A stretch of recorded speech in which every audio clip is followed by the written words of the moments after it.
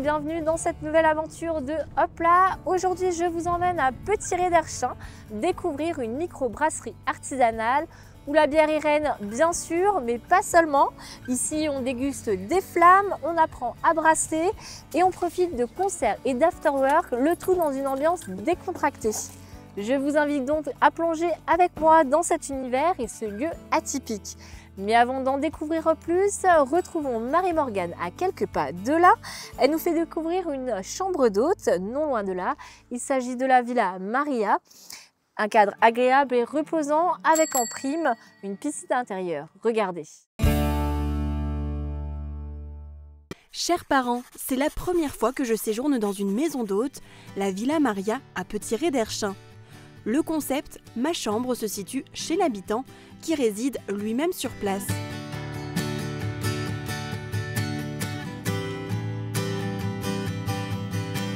J'y ai rencontré Audrey Simon Creusot qui vit ici avec son mari et leurs 2 enfants. Tous les visiteurs ont accès à l'une des 2 chambres ou la suite familiale, au salon et une salle à manger partagée. C'est très enrichissant de rencontrer des différentes personnes et de vivre, c'est vrai, un petit moment avec eux. C'est des moments d'échange qui ont lieu lors du petit déjeuner par exemple ou lors de conseils sur les visites. C'est voilà, les rencontrer, savoir pourquoi ils sont venus ici, qu'est-ce qui les intéresse, qu'est-ce qui les a attirés. Et c'est des échanges super sympas. Les touristes peuvent aussi profiter du grand jardin à l'arrière de la maison et de la piscine. La piscine ici, ce qui est super, c'est qu'elle est à l'intérieur, donc on peut vraiment se baigner toute l'année. Elle est chauffée à 28-29 degrés. Et cette année, on a fait des travaux pour rendre encore plus agréable cette pièce en rajoutant du bois pour le côté chaleureux.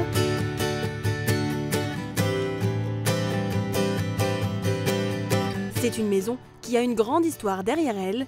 Le bâtiment a été construit en 1922 et abritait alors une boucherie. Dans les années 80, elle a été reprise par l'entrepreneur Pascal Neu, qui l'a adaptée en chambre d'hôte avec son épouse Yasmine. Depuis 2013, c'est la famille d'Audrey qui y vit et perpétue son histoire.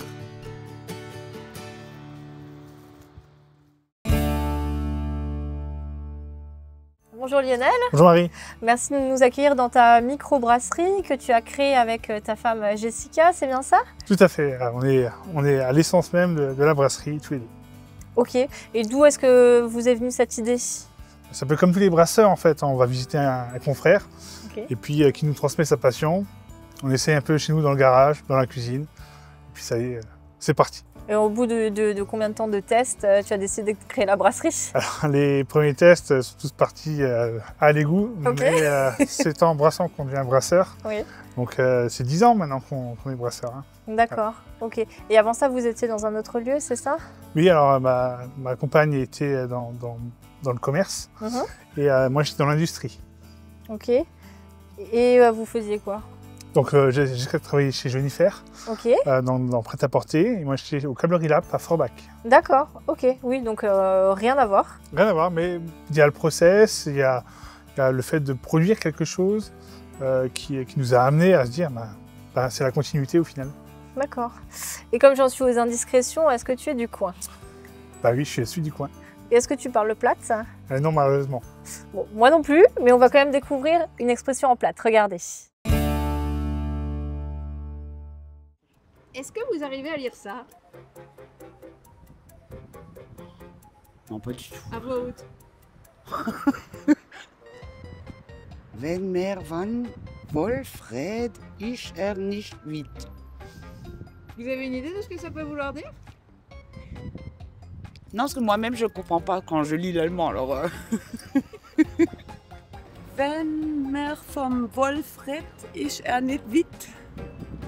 Et qu'est-ce que ça peut bien vouloir dire? Bah, ça veut dire que quand le loup. Quand on parle du loup, la queue n'est pas loin. C'est presque ça. Il n'est pas bien loin, oui, la queue. Wenn wir vom Wolf reden, ist nicht weit. Et qu'est-ce que ça veut dire? Quand on parle du loup, il n'est pas loin. Bravo! Waouh! Wenn man vom Wolf redet, ist nicht weit. Et qu'est-ce que ça veut dire? Quand on parle du loup, il est pas loin. Bravo!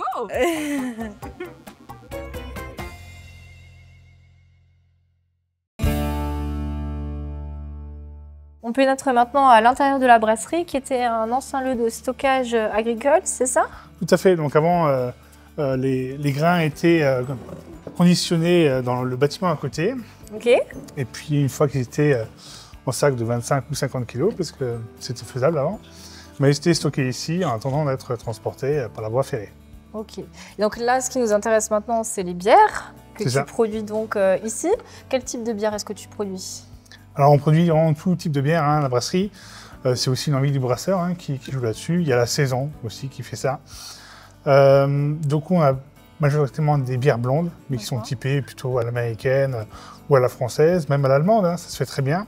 Donc de la Pils, de la IPA, de la triple pour ceux qui aiment bien les bières avec du caractère.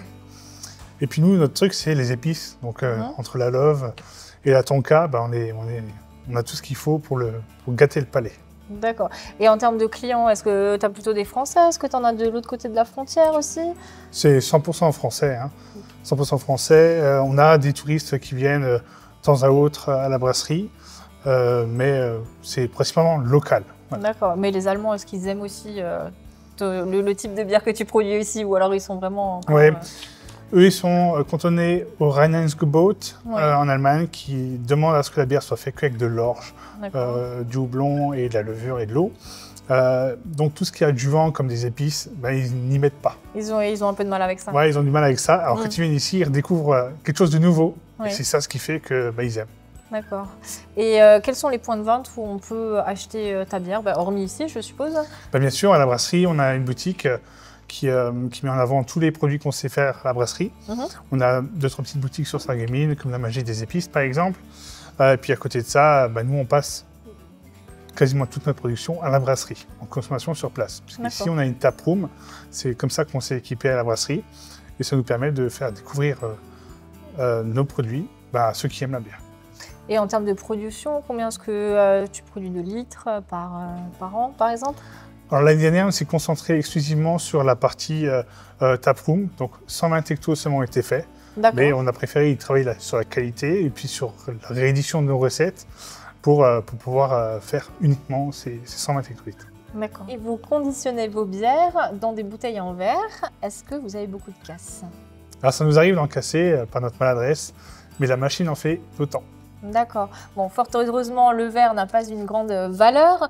Par contre, la faïencerie et la porcelaine, c'est plus délicat et on peut avoir une valeur sentimentale. Dans ce cas, tu pourrais peut-être avoir besoin des services de l'atelier de Catherine, qui est restauratrice d'art. Regardez.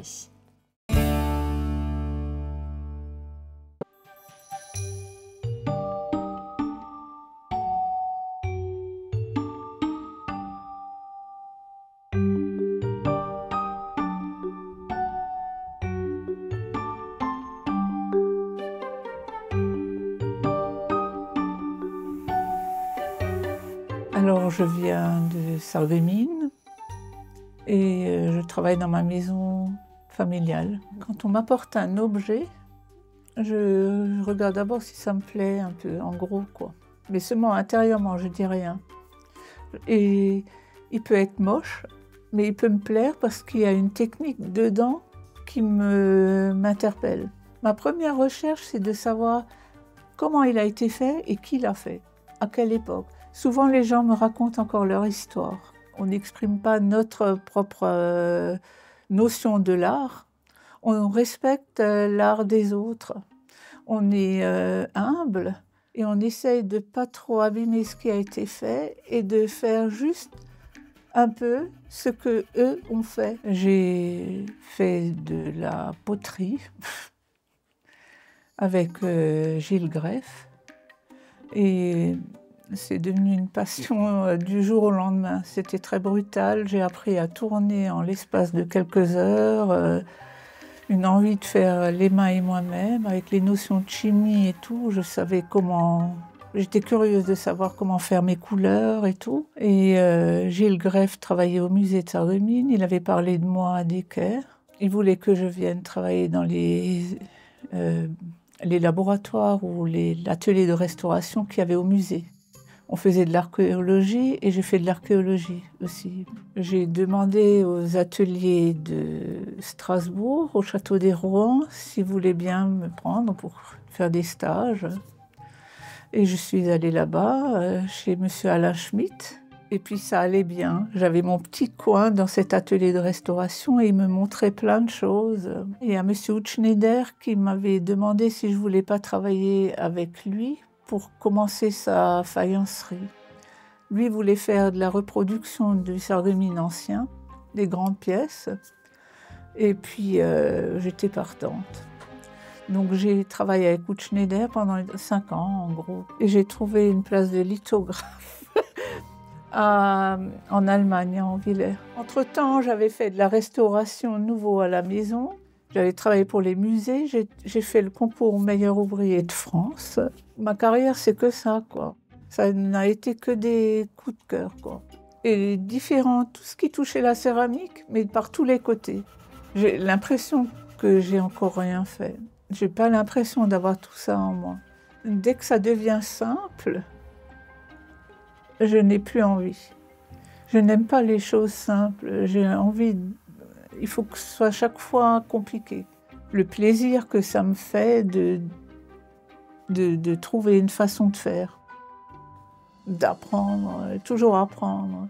Je fais toujours ce que je sais le mieux faire. Si c'est pas assez bien, j'enlève tout et je recommence. Jusqu'à ce que ce soit vraiment, que je puisse le donner. Et que la personne qui l'a soit contente, quoi. Ça donne toute la valeur à la pièce et là, je suis contente. J'essaie d'être heureuse chaque jour. J'essaie que tout le monde soit content. Enfin, j'essaie que tout soit bien, que chaque jour soit un bon jour. Avec les autres, on ne vit pas tout seul. On est avec les autres et je fais pour les autres.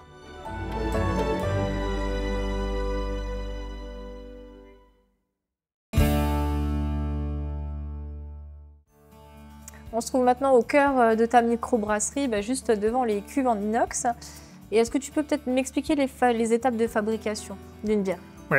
Dans un premier temps, on va prendre les céréales qu'on va concasser pour libérer l'amidon qui est à l'intérieur. On va le mélanger à l'eau chaude, donc ça va être le brassage, d'accord? Il va être là pour dégrader l'amidon en sucre plus simple pour la bière. Ensuite, on va la faire filtrer à travers les écorces des céréales. On la fait bouillir pour apporter l'amertume, le bouquet, le fruité, l'épicé. Une fois que c'est fait, on envoie ça en cuve de fermenteur et on va pouvoir faire fermenter ça pendant 1 mois. Ah, j'allais te poser la question, donc c'est pendant 1 mois. Après 1 mois seulement, on peut déguster la bière. Exactement, donc là, à l'issue de ce mois-ci, toute la levure sera posée au fond de la cuve, on va pouvoir mettre en bouteille et la bière sera pétillante qu'au bout de 2 semaines. Donc il faut à peu près 6 semaines en tout pour faire une bière. Et donc les différents ingrédients que tu incorpores dans tes recettes, c'est quoi par exemple? Typiquement l'eau, oui. C'est le premier ingrédient. On a le malt d'orge qui est là pour faire la couleur, les alcools, les saveurs de céréales. On a le houblon qui est là pour faire que la bière se garde longtemps, c'est le conservateur de la bière. Mais il est aussi là pour donner le parfum à la bière. Ok. Et moi qui ne bois pas d'alcool ou presque pas, je bois de la bière sans alcool. Comment est-ce qu'on fait pour faire disparaître cet alcool de la bière justement? Il y a plusieurs techniques, souvent c'est les industriels qui ont ça, c'est des moyens très coûteux qui sont mis en place pour pouvoir enlever l'alcool. Donc on a l'évaporation de l'alcool et on a la filtration. Donc c'est pour ça que toi tu proposes pas de bière sans alcool, c'est trop coûteux comme procédé? Exactement. Donc vaut mieux boire de la bière avec alcool. Bien sûr. Consommer avec modération. Ok. Merci. La prochaine fois que je boirai une bière, je repenserai à tes explications. Et tu organises aussi ponctuellement des ateliers de brassage pour apprendre à faire ta propre bière, c'est ça? Voilà, la bière, ça reste quand même ludique. Le fait d'avoir vu mon confrère aujourd'hui m'apprendre à faire de la bière, oui. Ça m'a donné envie. Pourquoi pas donner envie aux autres oui. de faire sa propre bière, pour s'essayer aussi à ce métier, et puis pour comprendre aussi ce que c'est. Oui, parce qu'on en boit beaucoup en fait, mais on ne sait pas réellement comment c'est fait. Vous voyez, c'est une boisson populaire, mais on ne se rend pas compte de la tâche qu'il y a à fournir pour pouvoir juste boire un verre. Et je ne crois pas me tromper en te disant que la bière est l'un des alcools les plus anciens.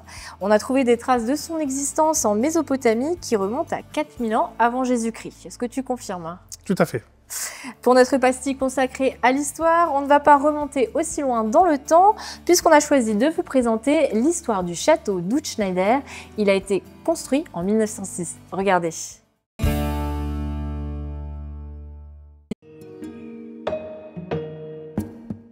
À l'étroit, dans son imprimerie de la rue Fulrad, l'acquisition de la Villa Hutschneider marque un tournant dans le développement de l'entreprise Pierron.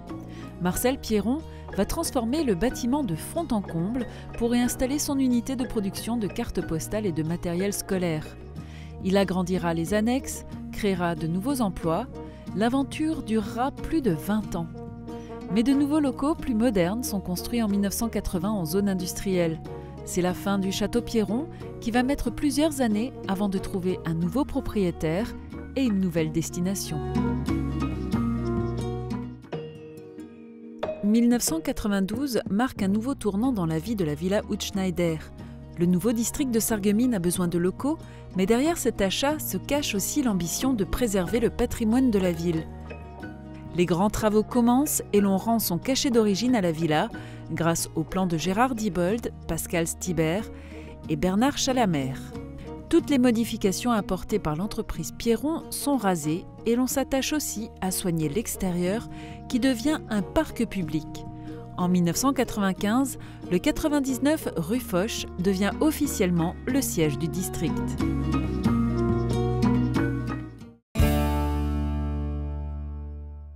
Au-delà de la fabrication de la bière, tu as choisi de diversifier ton activité en proposant des afterworks. Tu peux m'en dire plus? Bien sûr, les afterworks, en fait, c'est juste après le boulot.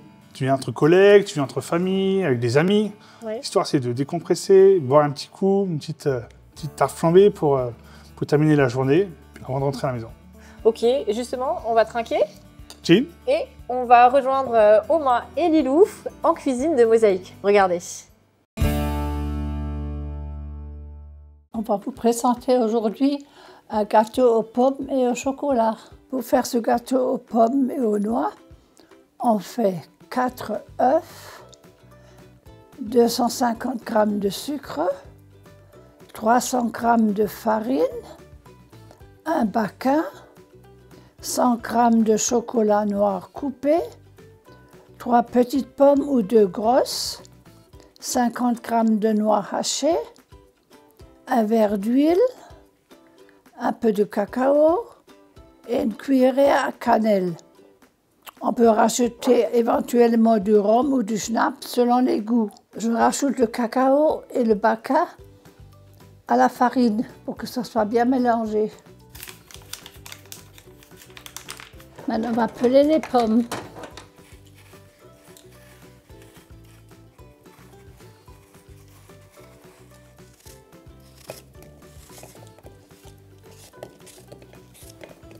Et Oma, t'en faisais beaucoup à Michel, Papou et Jean-Pierre?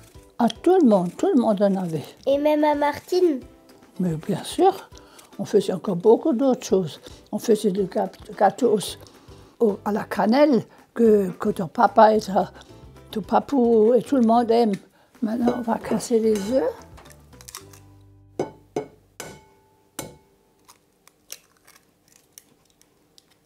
On va rajouter le sucre. Oui.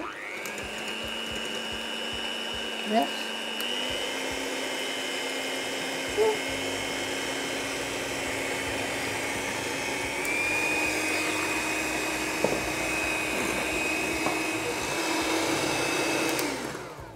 Maintenant, je vais mélanger l'huile, la farine et rajouter les autres ingrédients.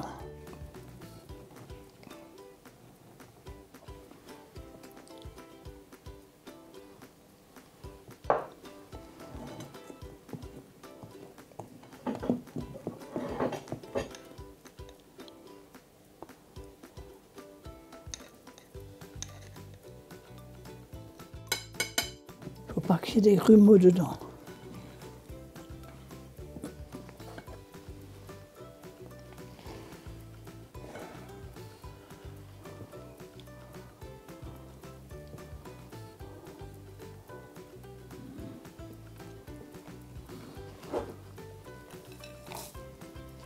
J'ai mis les noix et le chocolat. Ça rime en plus. Et les pommes.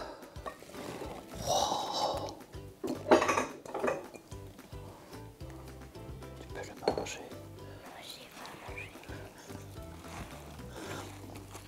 Ça me donne déjà faim. Maintenant, je vais mettre fariner un peu le moule pour que le gâteau sorte bien après.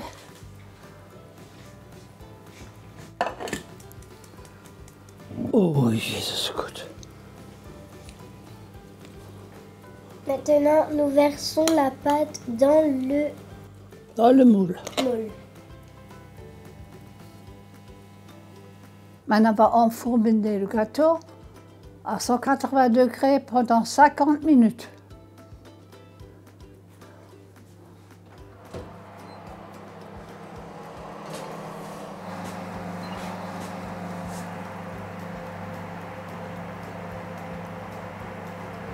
Le gâteau il est cuit, il est bien monté, je suis contente. Bon appétit!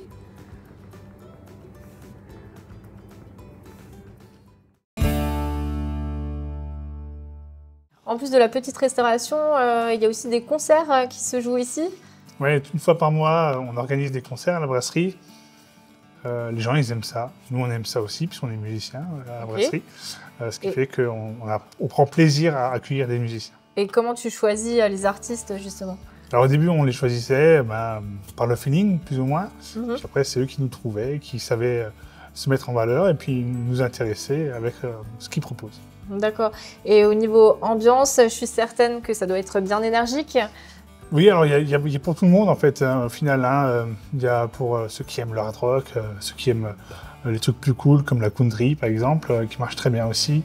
Il y a pour tout le monde. Et niveau ambiance, je suis certaine qu'elle doit être bien dynamique, tout comme le sport que Tristan va nous présenter.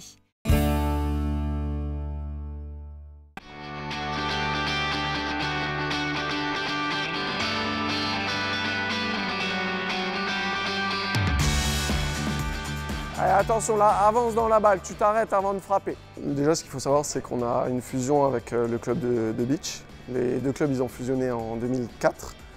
Donc il y a des entraînements qui se font ici, d'autres entraînements qui se font sur le site de beach. Il faut savoir qu'on a une 70aine de licenciés. Donc on a une bonne vingtaine de jeunes que moi j'entraîne et on a encore une 50aine d'adultes. Allez, c'est parti. Pense à bien te placer. Voilà, le revers. Allez, on croise bien les balles. Et on termine avec le smash. Ouais, alors attention, la balle tu la prends un petit peu trop devant toi.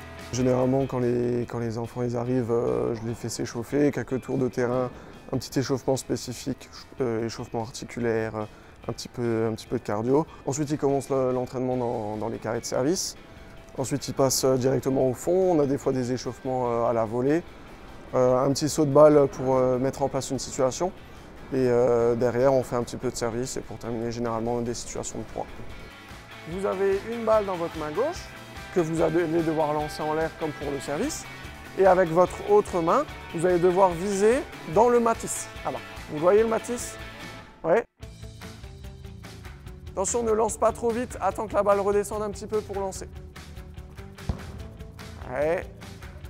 Attention, trop vite. Ça fait 2-3 heures que je joue au tennis. Ce que j'aime sur le tennis, c'est tirer. On doit tirer, on doit faire des matchs.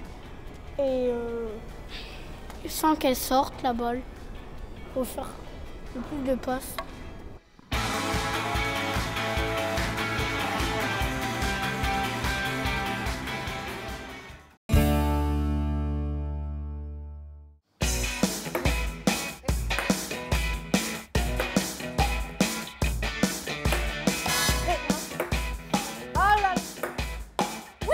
Yes! Mais justement, quand j'ai vu que tu proposais l'activité de beer pong sur Internet, j'ai eu envie de tester. Donc, merci de m'avoir fait découvrir cette activité. En plus, je fais du tennis de table. Je suis pas sûre... Ouais, je suis pas sûre que ça m'ait beaucoup aidé. Mais bon, ce que je te propose maintenant, c'est d'aller rejoindre Sandrine, qui elle aussi aime beaucoup jouer et qui nous présente son quiz. Regardez. Hop là, c'est l'heure de jouer et aujourd'hui je me trouve dans les rues du centre-ville de Sarreguemines et pour participer avec moi j'ai retrouvé Corinne. Bonjour. Bonjour. Alors, dites-moi d'où vous venez, vous habitez sur le secteur?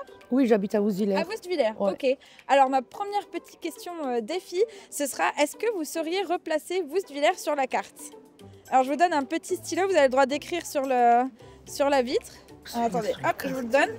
Un petit indice, si vous voulez, en fait, c'est le territoire de Sarreguemines Beach. Donc, le côté Sarreguemines, c'est ici et Beach, c'est vers là-bas. Ouais. Et la ville de Sarreguemines, c'est celle-là. Ouais. Voilà. À partir de ça, est-ce que vous arrivez à replacer Woestwiller? Peut-être là. Ouais. Ouais, vous pouvez mettre juste une croix même. Ouais. Ok. Alors, on va voir. J'ai les réponses au dos. On va voir si D'accord. vous avez raison. Je vais les montrer aux téléspectateurs aussi. Alors, attendez. Et c'est pas mal. Ah ouais. C'est exactement cette commune. Bon, bah parfait. Bah, super. Bon, je vais vous poser encore une autre question. Alors, c'est une petite question qui est tirée du jeu de société Pays de Sarreguemines Beach. Est-ce que vous connaissez ce jeu de société? Non. Non, pas du tout? Non. Et bien, en fait, ils ont prévu plein de petites questions et j'en ai pris une au hasard. Et alors, je vais vous poser la question. Alors, attendez, je la regarde aussi en même temps. Il va y avoir une photo et je vais vous demander est-ce que vous connaissez le nom de ce château? Château Pierron. Alors, ça, c'est l'ancien nom, c'est vrai. On le connaît sous ce nom-là.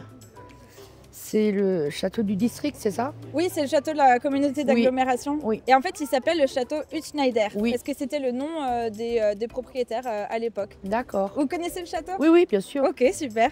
J'avais une dernière question, après je vous embête plus. Non, il n'y a pas de souci. C'était, quelle est pour vous la meilleure activité à faire sur le territoire ou le lieu où vous préférez aller sur le territoire de Sarreguemines Beach? Bah écoutez, moi j'aime bien me promener quand il fait beau le long de la Sarre, en fait. Ouais, d'aller au casino un peu. C'est vrai, ouais. c'est super chouette. Ouais, c'est chouette. Bon, ouais. bah merci en tout cas d'avoir participé. Ouais, d'accord. J'espère que vous avez passé un bon moment. Oui, très bon. Et j'espère que chez vous aussi, vous avez passé un bon moment en regardant cette vidéo. Et je vous dis à la semaine prochaine pour de nouveaux défis. Merci beaucoup Lionel de nous avoir fait découvrir ta brasserie et tout l'univers qui gravite autour. Mais derrière, c'est un plaisir pour nous aussi de vous accueillir. On repassera, promis. Et vous aussi, n'hésitez pas à aller découvrir cette brasserie. Si vous êtes amateur de bonne bière ou de musique, faites-y un tour, vous ne serez pas déçus, promis. De mon côté, je vous dis à la semaine prochaine dans un autre lieu et avec un autre invité. Et hop là!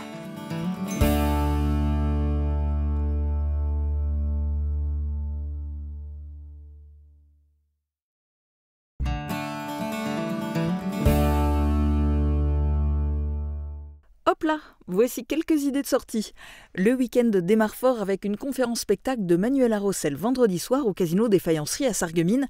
Grâce à cette infirmière, sophrologue, hypnothérapeute et coach, vous apprendrez avec le sourire à franchir les épreuves à travers un one-woman show mêlant inspiration, émotion et transformation. L'association généalogique de Hambar Pays de Sarreguemines vous propose de plonger dans l'histoire des noms de rues.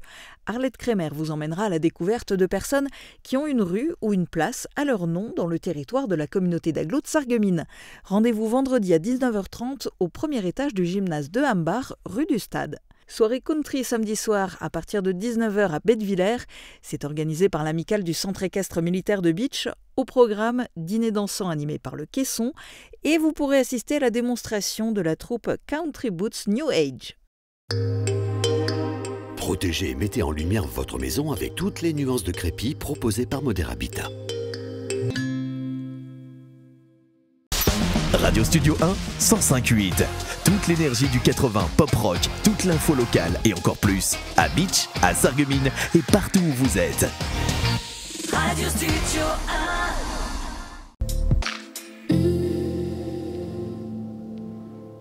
Bonjour tout le monde, demain encore on retrouvera un temps sec et ensoleillé. Côté température, les minimales seront toujours très fraîches avec 2 à 3 degrés seulement. Les maximales iront de 16 à 17 degrés. Demain nous fêtons les Fulbert et il fera jour de 6h49 à 20h16. Passez tous encore une très belle journée et à demain.